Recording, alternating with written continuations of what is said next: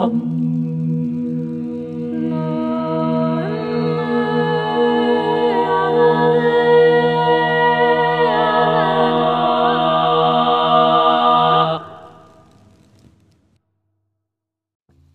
tout le monde. Alors je vais vous partager dans cette vidéo plusieurs choses. Une carte de mon oracle qui tourne autour de la question du don d'amour, où chacun cherche son rêve. Donc c'est un partage sous la forme d'un texte, bien sûr, que je vais vous lire, je vais vous partager ensuite. Mais d'abord je voulais vous faire un petit partage spontané de l'étoile, donc la toile que j'ai peint suite à cette réflexion. Donc dans mon laboratoire il y a des couleurs, mais pas que. Et pendant longtemps je me suis servi d'une petite phrase pour exprimer en tant qu'art thérapeute ce que je ressentais par rapport à tout ça, et cette petite phrase c'est: les couleurs sont les empreintes digitales du soleil. Et j'aime vraiment faire un travail autour de cet astre qui, pour moi, est un atome de joie. Et d'ailleurs, il y a aussi une carte qui s'appelle l'atome de joie. Donc je vais d'abord vous décrire un peu le processus qui a eu lieu pendant que j'ai peint cette étoile. C'est un processus de création, et ensuite je vous lirai le texte. Il y a des photos, bien sûr, de différentes étapes de ce processus pour illustrer un petit peu et vous faire rentrer dans le processus de création. Je suis un petit peu émue parce que c'est quelque chose qui me touche profondément, vous allez comprendre tout au long de l'écoute. C'est d'abord une vaste imprégnation depuis l'espace de la présence en moi. Je me connecte à l'espace de joie. Je ne sais pas si vous avez remarqué que le mot joie contient la lettre J et la lettre E en début et en fin, qui est l'espace du jeu. Je contient la joie. C'est le jeu aussi en moi qui connaît cet atome de joie. Je commence par dessiner le mandala en or et en argent, avec beaucoup de précision et de délicatesse, pour qu'il ressemble à ce témoin de cette présence si délicate et si ciselée qu'il y a à l'intérieur de moi. Et ce mandala or et argent dans l'étoile, dans la peinture, va devenir mon cœur vibrant, en fait. Ensuite, je prends un miroir, le miroir soleil que ma mère m'a offert et qu'elle avait décoré. Et sa vibration est toujours contenue dans cet objet. Et je trouve que c'était vraiment absolument divin de poser ce miroir soleil sur ce mandala, et sa vibration m'a accompagnée. On dit que l'œil est le miroir de l'âme, tout comme les miroirs sont des portes vers des mondes et des dimensions différentes. Alors je ferme les yeux et je rentre dans le miroir, dans le noir, accompagné d'une bougie, en sécurité, et dans le souvenir de la médecine du cœur. Et ça, je vais vous en parler dans le texte. Je revis l'état de présence unifiée dans le ventre de ma mère, et je restitue les gestes du fœtus sous la forme de couleurs, d'encre fluide et de couleurs. Je me sens portée par une envie de minimalisme, avec aucun empressement à faire, à peindre. Simplement un échange vibratoire dans la matière, se faisant conscience. Ou la conscience s'exprimant dans la matière, je ne sais. Je laisse faire. Il n'y a rien de mental dans tout ça. Un fœtus apparaît, et c'est moi. Il y a un cordon, un placenta. L'espace haut du liquide amniotique est là, aussi, sous la forme d'une baleine. Je reconnais tout de suite Lady Océania qui m'accompagne, comme souvent. C'est la grande baleine stellaire, gardienne des mémoires de l'humanité, dont je vous parle régulièrement. Et puis, régulièrement, je remets le miroir sur le soleil mandala et je laisse faire. Les neurones, le mycélium s'invitent comme pour me montrer les interconnexions avec le tout. Quelques émotions s'expriment et une telle paix intérieure que j'en ai des poussées d'extase. Avec délicatesse et une plume de rapace, je caresse la toile en la couvrant de poussière d'or. Les étoiles se mêlent aux chairs. Le cosmos invite l'enfant à naître, à être accueilli. Il y a tellement de joie à témoigner de cela que je ne peux exprimer tous les jeux entre les mains, les yeux et le cœur. Il faut bien laisser un petit peu de pudeur. Et voici le don d'amour est né, l'organe vit, le cœur est en joie. Espièglerie de la vie, à un moment je vois que quelque chose bouge sur la toile.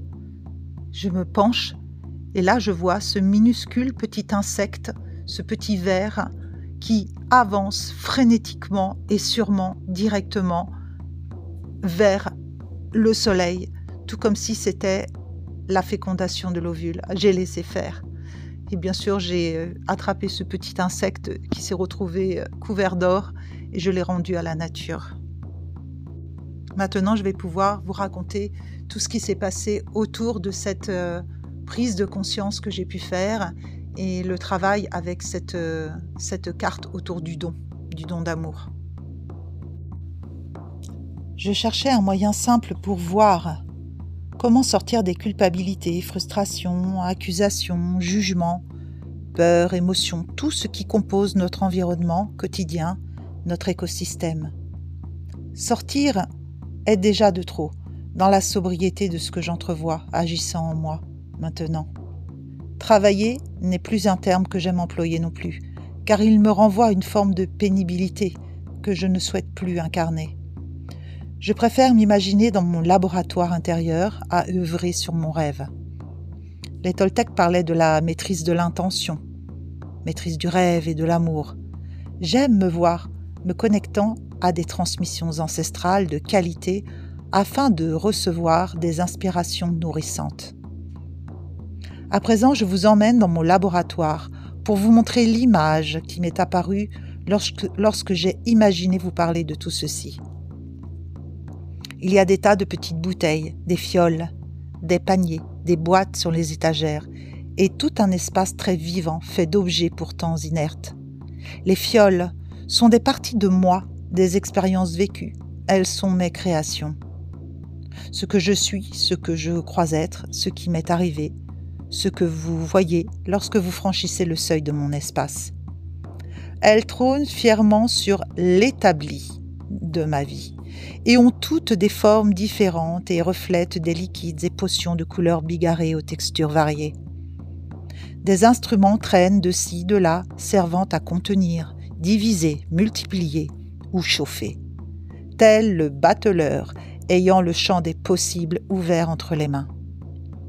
On peut voir de jolis précipités s'agiter et se créer dans des écrins de verre. Ils sont ces petites parties de moi-même qui vivent de la physique, mon alchimie intime. L'œuvre d'une alchimiste qui emprunte cette voie humide qui demande à descendre dans les profondeurs de l'humus en soi et de son humanité, son humilité, afin d'aller rencontrer le subtil, étape après étape. D'autres emprunteront la voie sèche, certes plus spectaculaire, allumant un grand feu et y transmutant le plomb en or dans un fourneau au centre de leur laboratoire. Alchimie vient de al, el, qui signifie lumière en soi, tandis que kimia représente la terre noire. J'ai déjà beaucoup écrit sur le fait que le noir contient l'or. Le chemin qui conduit à la quête de vivre notre potentiel immortel peut se rencontrer de 1001 autres façons. La voie alchimique en est une. Notre terre intérieure est nourrie de toutes les expériences que nous faisons et abandonnons. Aviez-vous constaté qu'humus et humain ont la même étymologie ? Alors, je vous emmène en voyage. Imaginez que vous êtes cet alchimiste, ce mage qui joue dans son laboratoire avec malice, tel un enfant joyeux, prêt à en découdre avec la vie. Il œuvre sans peur et sans limite, expérimentant tous les outils à sa disposition, jouant à découvrir les dons et talents qu'il porte secrètement et qui ne demandent qu'à se révéler.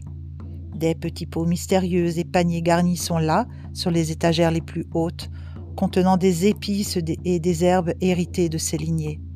Ce laboratoire est apparu comme une bulle ou un ballon lorsque nos parents ont rêvé de vous. Cela a rêvé de vous accueillir. Il a été déposé tout le décor de votre laboratoire sans que vous le sachiez, dans une inconscience infinie de ce qui est. Pendant votre gestation, les moindres petits détails se sont mis en place pour que vous puissiez y exister, vous y développer, nicher au cœur de la présence. On reviendra dans cet espace-là lorsque je vous relaterai mon expérience. À votre naissance, vous êtes devenu colocataire de ce lieu agencé par vos aïeux. Puis, à votre tour, vous devenez un ventre qui porte la vie, votre création. Enfin, à votre naissance, vous entamez une gestation qui durera jusqu'à votre mort. Certains alchimistes prétendent que la naissance se fait au moment de la mort, après avoir emmagasiné toute une vie d'expérience. Ce cycle qui démarre lorsque vous poussez votre premier cri est en analogie comme le moment où le spermatozoïde perce l'ovule. Le fœtus devenu bébé doit mourir à lui-même, symboliquement, pour renaître en tant qu'enfant incarné. Il se coupe de ce sentiment d'unité pour rentrer dans la dualité du monde. Finalement, à la mort terrestre, il retourne à l'unité, revivant encore un cycle. Il peut garder alors ce que j'appelle le sentiment d'être coupé de sa lointaine demeure. Aruna Lipsitch parle, elle, de nostalgie de l'ailleurs. J'ai beaucoup écrit sur ce sujet dans l'oracle. Tout ceci, l'esprit du un ou origine, source de création, appelez comme vous voulez cet état, est contenu dans une fiole posée quelque part sur une étagère. Il y a un tel bazar dans le laboratoire que bien souvent, nous cherchons sans cesse cette fiole, vide, avec un mélange de sentiments d'étrangeté, de solitude, d'abandon, de perte de sens, car nous aimerions bien la retrouver pour y regoûter. J'ai récemment retrouvé ce petit trésor caché derrière un amas de fioles de déni, de mensonges, d'inconscience à moi-même. J'aime me sentir libre de toute école gluante, et bien que je sois influencée par bon nombre d'écoles des mystères, j'aime me revendiquer libre de m'exprimer, persuadée que nous n'inventons rien, puisque nous sommes tous inspirés par la même source, issue d'un seul grand chaudron dans lequel toute la mémoire de l'humanité bouillonne. Je m'interroge et m'appuie simplement sur ce que j'ai vécu dans ma propre expérience. Le laborantin œuvre avec ses fioles qu'il remplit, vide, échappe ou casse. Il peut prendre dans les boîtes préexistantes et en recréer, alimentant sa vie de sa biochimie intime. Les fioles contiennent nos actes, nos émotions, nos peines, les épreuves de vie, preuves de vie, preuves de vie. Les espaces à vide en nous que l'on remplit. Il y a les souvenirs heureux et les pires cauchemars, ceux qui tombent au sol et qui sont mis sous le tapis, ceux qui traînent négligemment, et d'autres qui ressurgissent des oubliettes, ces mémoires ancestrales, les couloirs du temps, les héritages. Tout cela est décrit dans l'oracle. Nous sommes tous très affairés, échevelés, à bouger nos fioles et mélanger nos potions. Je nous vois tous allumant des feux et jetant des ingrédients, touillant, espérant, rêvant, tels des savants fous en mode Pluton entre en Verseau. Voir ce qu'il y a sur la chaîne de la sensorialité des étoiles. Certains sont très méthodiques avec chaque petite bouteille, tandis que d'autres laissent jaillir leur créativité dans un tourbillon d'expressions anarchiques. D'autres refusent même d'utiliser les contenants, laissant tout à l'abandon ou se répandre.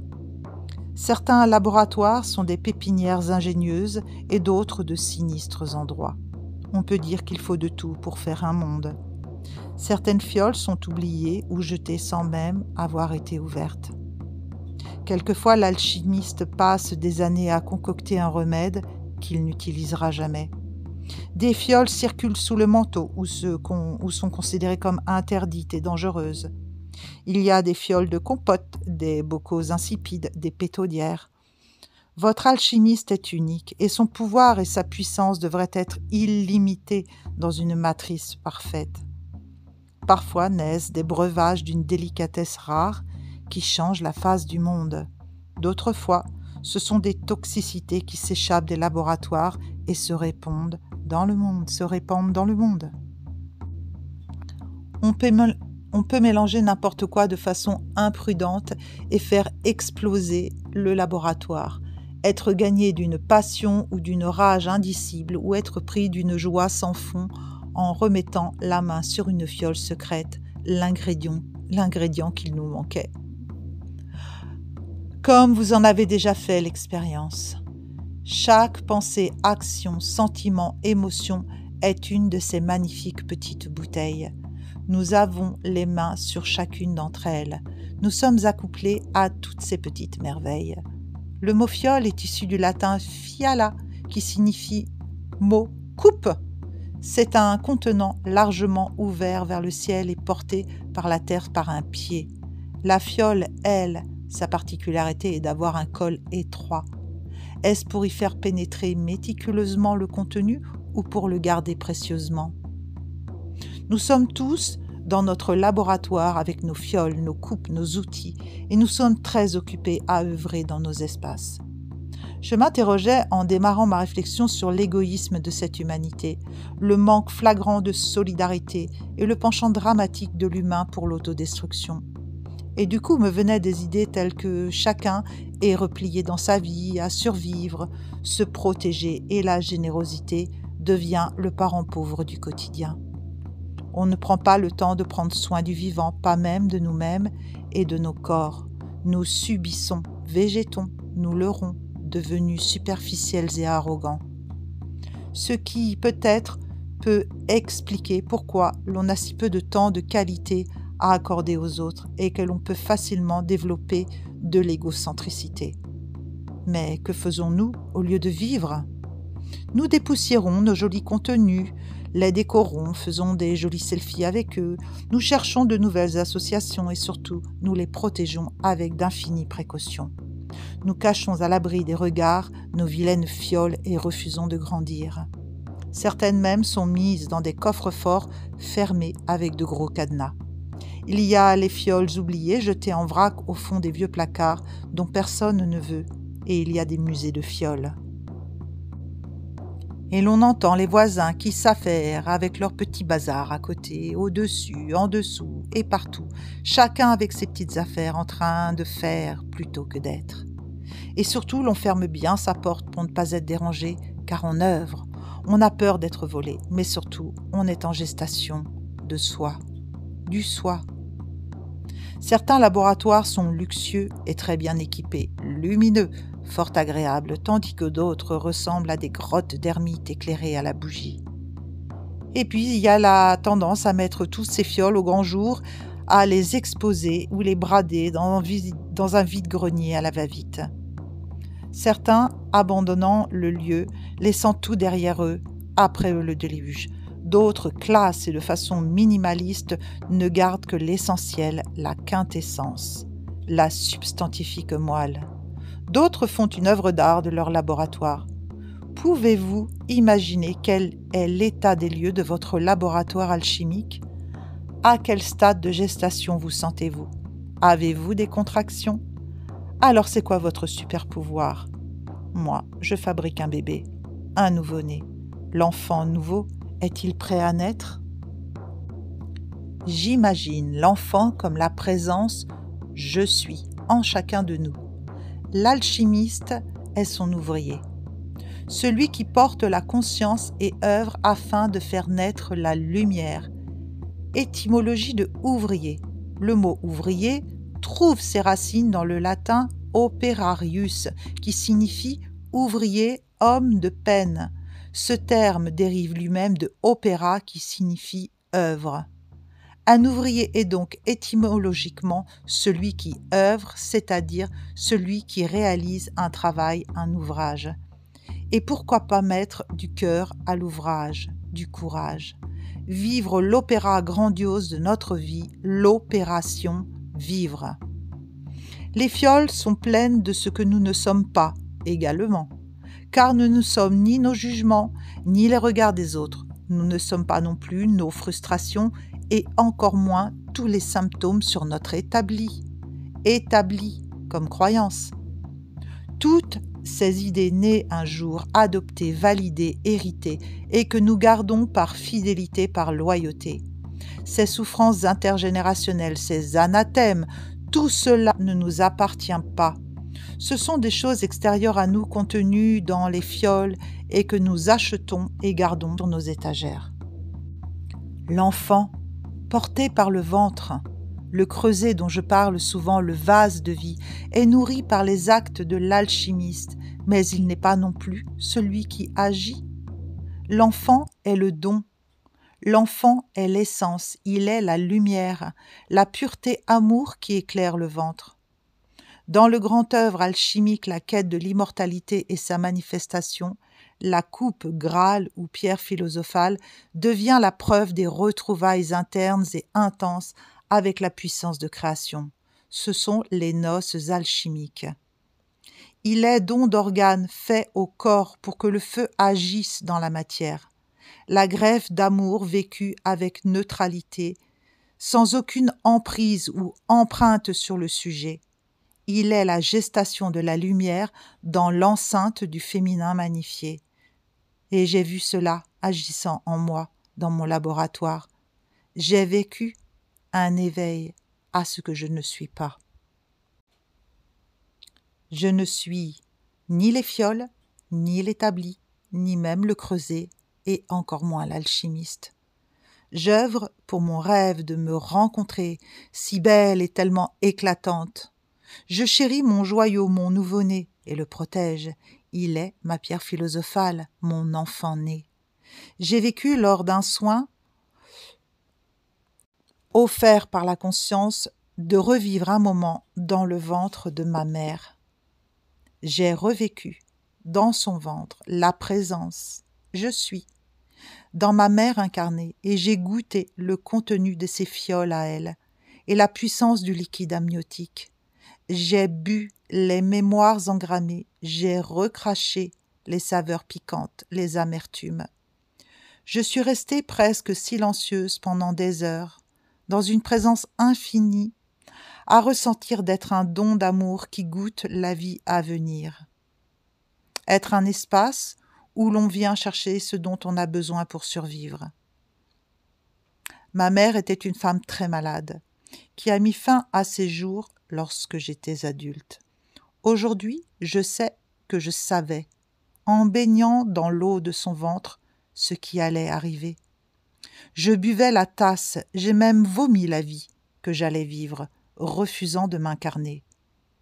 Bébé moi a choisi la mort, s'entourant le cordon autour du cou, préférant ne pas vivre et n'être mort-né. Dans un plan théâtralisé de ne pas naître le jour des morts, le 2 novembre. Mais son plan a échoué et l'enfant de ma mère est né, car elle ne pouvait vivre sans ce don d'amour à ses côtés. Le laboratoire a émergé et la petite alchimiste a commencé à bouger ses fioles, affolée, vampirisée, perdue. Je me ressentais comme un don d'organes, une greffe d'amour. Lorsque ma mère est morte, elle ne voulait pas renaître de l'autre côté, seule, car personne ne l'a trouvée. Alors c'est elle qui est venue depuis l'ailleurs me chercher et m'a demandé de venir trouver son corps à terre et de le rendre au néant. Ma mère avait besoin de moi pour vivre et renaître et passer de son ventre au ventre du grand néant. Elle avait souhaité vivre sa naissance accompagnée de ma lumière. Alors c'est en regroupant tout ceci que j'ai vu le présent, le cadeau. Plus de passé, ni d'avenir.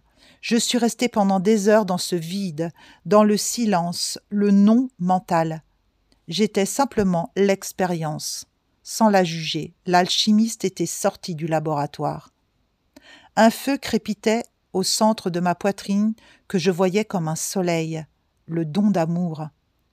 Cette alchimie a été possible car j'ai osé aller dans des espaces de non-dualité, accompagné par la présence que je suis dans un état de conscience modifié, dans un cadre thérapeutique en sécurité, dans des bras d'amour. J'ai vu comment recevoir. Voir, se revoir depuis un espace plus neutre, détaché. Je suis devenu l'œil de l'aigle, Wambly. Il m'accompagne depuis longtemps.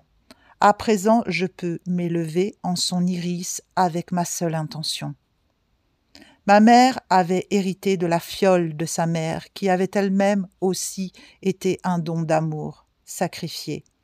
J'ai souvent évoqué l'espace inconscient du fœtus qui perdure dans celui de sa mère à la naissance, et cela jusqu'à ce que le petit symboliquement tue sa mère pour couper le cordon et sortir son propre laboratoire de celui de sa mère.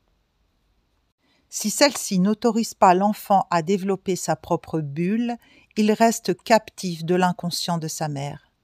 J'ai créé des ateliers s'intitulant des ronds dans l'eau, 0 eau. Ce sont des jeux d'interaction avec les cercles qui s'entrecroisent dans nos inconscients. J'ai travaillé en maternologie et écrit sur le matricide dans le transgénérationnel. Je sais, en observant ma vie, que tout était déjà là dans les expériences. L'enfant que j'ai vécu a été un cadeau d'amour qui m'a soutenu autant qu'il a nourri ma mère. J'ai rapidement cassé la fiole toxique qui s'héritait afin de permettre à mon enfant de vivre sa vie sans avoir la responsabilité ou le sentiment de dépendre de sa mère pour respirer ni d'être le poumon de celle-ci. Et cela, il y a bien longtemps, comme si le fœtus que j'étais qui avait goûté le breuvage savait ce qu'il fallait faire pour casser le schéma de reproduction. Il n'y a ni faute ni coupable, ni jugement, ni souffrance maintenant. J'ai vu comment le don d'amour est un générateur de joie et de guérison. J'ai vu ce que j'ai choisi de vivre pour l'incarner également et que rien ne peut égaler l'indicible sentiment de joie que d'être.